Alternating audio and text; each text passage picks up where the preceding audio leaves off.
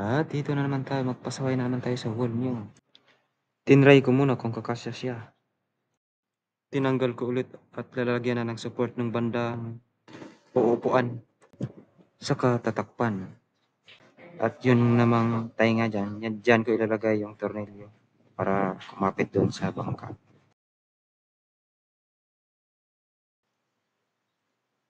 Nagpapatuloy ko na yung pagbabari niya dyan para matapos yung takip na yan.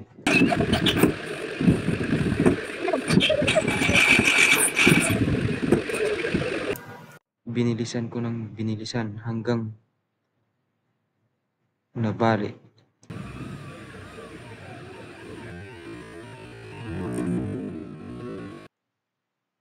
Ang bala ng barina.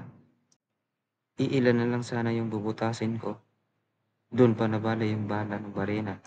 At nung natapos na, yan yung tornilyo na yan, yung kakabit ko dyan sa may tainga niya.